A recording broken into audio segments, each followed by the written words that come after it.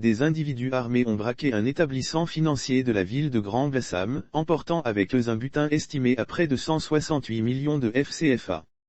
Le film de l'opération Cette scène spectaculaire, digne d'un film hollywoodien, a eu lieu jeudi dernier à de Grand Bassam. Des individus armés ont attaqué un établissement financier, situé dans le quartier Moussou Village, emportant dans leur fuite une forte somme d'argent estimée près de 168 millions de FCFA. Ce Soir Info qui livre l'information dans sa parution de ce vendredi 25 mars 2022, le braquage a eu lieu dans l'après-midi du jeudi 24 septembre, précisément à 15h20.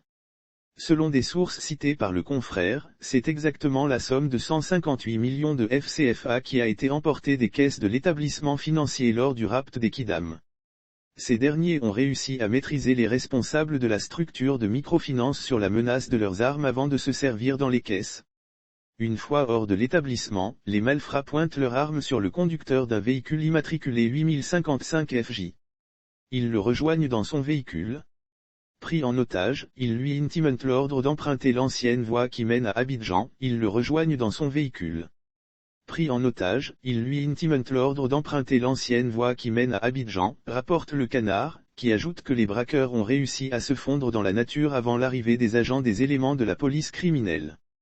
Une enquête a immédiatement été ouverte à l'effet de mettre la main sur ces bandits de grand chemin qui ont certainement bénéficié d'une aide interne pour réussir leur coup.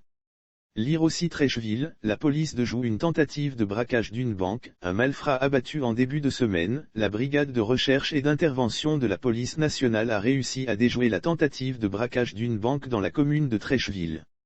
2 délinquants arrivés à moto avaient réussi à s'introduire dans ledit établissement financier. Ils ont malheureusement été surpris par le dispositif sécuritaire mis en place par les agents de la police qui avaient très tôt été alertés.